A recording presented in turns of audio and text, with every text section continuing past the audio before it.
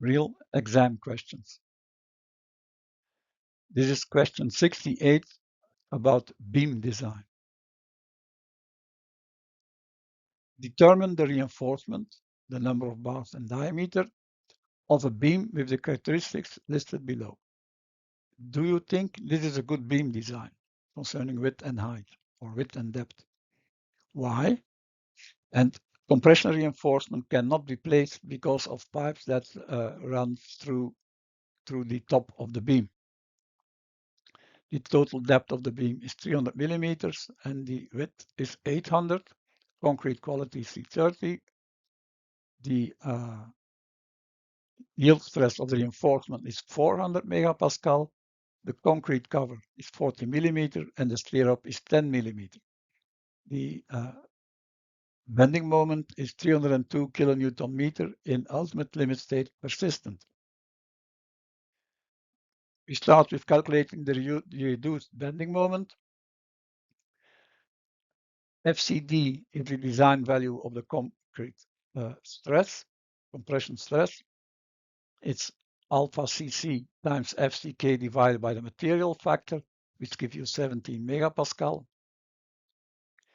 The effective depth is the total depth of the beam minus the concrete cover minus the stirrup diameter and minus the point of gravity of the reinforcement, which is 20 over 2.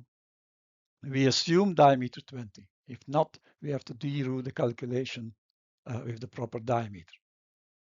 So D is 240. That means that reduced bending moment is then the total bending moment in the right units divided by the width of the section, the effective depth of the section squared, and the design value of the concrete compression stress. This gives you mu D equals to 0.3855. This means that we are in domain 2A, but we are in the far right-hand side of this domain 2A, so this can be dangerous. We take the concrete tables and we see that 0.3855 is between those two lines. And we see that for B400, that we are safe, that the steel has yielded because 400 divided by 1.15 gives you 348. The mechanical reinforcement ratio we find by interpolation, and we have a value of 0.529.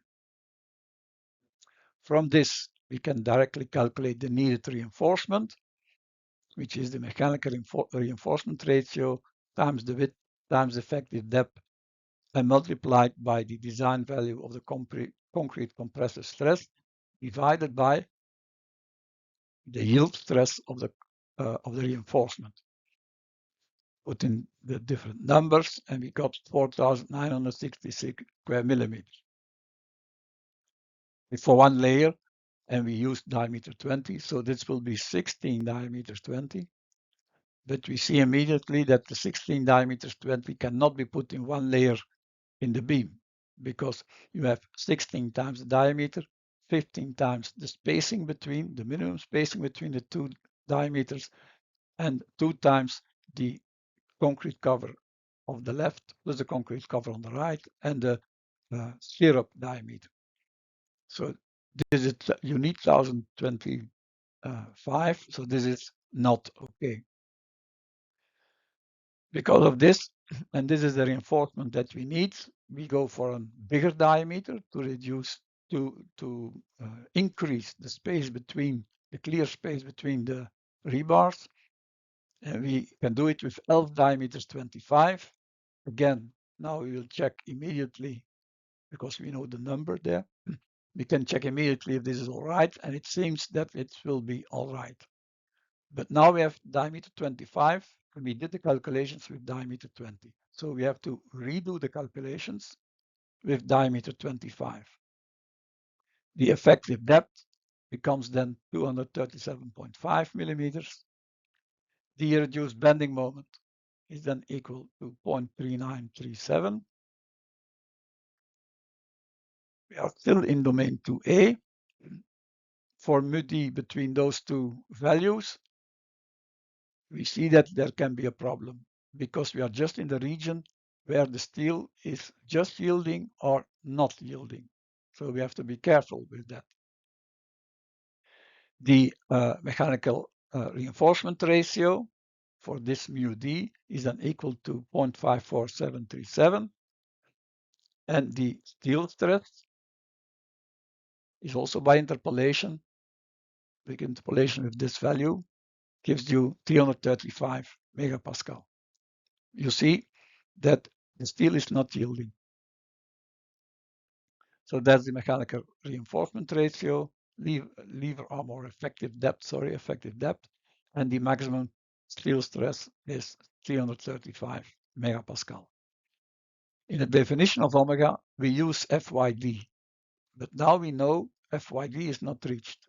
So we replace FYD by sigma S, which is 335. And then we have 5,278 square millimeters. You see, from something less than 5,000, we go up to 5,300 almost because of not yielding of the steel. So this can be done by 11 diameters 25. We check to be sure if all 11 diameters can be put in one layer in the beam. It seems that it's okay. And the reinforcement is not yielding, like we said. So this, because the reinforcement is not yielding, is a risk on brittle failure. We must avoid that at all costs. And there is, of course, too much reinforcement in this beam in relation to the depth of the beam. This is more than the 4,900 that we had in the previous calculation. So this is a bad design because of a risk of the brittle failure and because there is too much reinforcement in the a section that is not used to its full capacity.